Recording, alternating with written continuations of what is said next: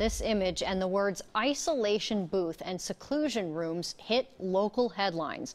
We learned that local schools were putting special needs kids in small cells to try and control their outbursts. And now, a week from today, a federal trial begins to decide if that school district at the heart of the original controversy should pay. Our Dan Tilkin is here with a special report to explain. There's another big question here, Dan. Jeff, that question, should old sexual misconduct allegations against the teacher at the center of this be part of the trial? It was November 27, 2012, when this picture hit local TV screens. Students ages 5 to 10 with behavioral issues were put into this booth to help them calm down at Mint Valley Elementary School in Longview. At the time, Mother Anna Bate described what her son saw. He says, "You're not going to believe this. They have a box at my school."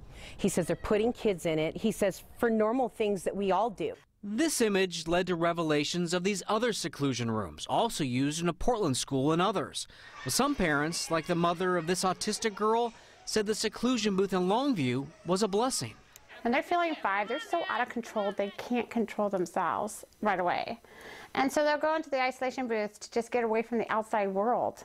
But the lawsuit against the Longview district claims this harmful and unconscionable practice that was tantamount to placing elementary school-age children into solitary confinement caused the kids to be traumatized, suffering things like nightmares, fear of being alone, and sometimes made their disability-related behaviors worse. The lawsuit also claims the special education teacher who would put the kids in the booth has a troubling past.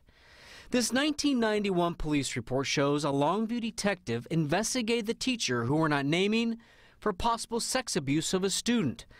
The detective also looked into a 1982 investigation where another staff member says she saw the teacher reading to a girl and his left hand was underneath the cotton knit t-shirt she was wearing, and he was sexually assaulting her. Police and prosecutors wrote there was not enough evidence. Well, recently in a statement, the school district told KOIN the cases were investigated by both the Longview Police Department and the Office of Superintendent of Public Instruction, and both agencies cleared the teacher of any wrongdoing. Hi, Mr. This is Dan Tilkin with KOIN TV, Channel 6.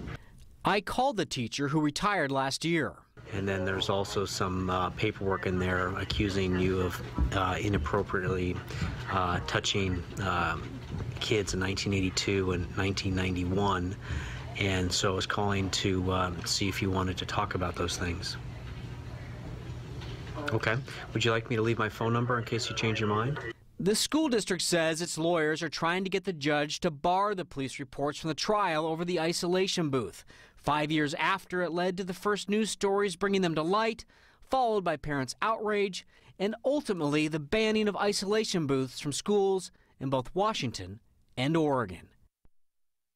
So again, the trial expected to start a week from today, and late this afternoon, the judge overseeing this trial ruled that the prior sexual misconduct allegations against the teacher probably cannot be part of this trial. Also, one final point, Washington and Oregon banned the booths, but in Oregon you can use a room, still. You can have an isolation room. Yes. And once again, this trial in federal court. Federal court, yes. Okay, And how much are these parents asking for? Really good question. We don't know. They do not put a dollar figure in here, but you can guess it's a big number. Probably a lot. Keep us updated, Dan. I know you will.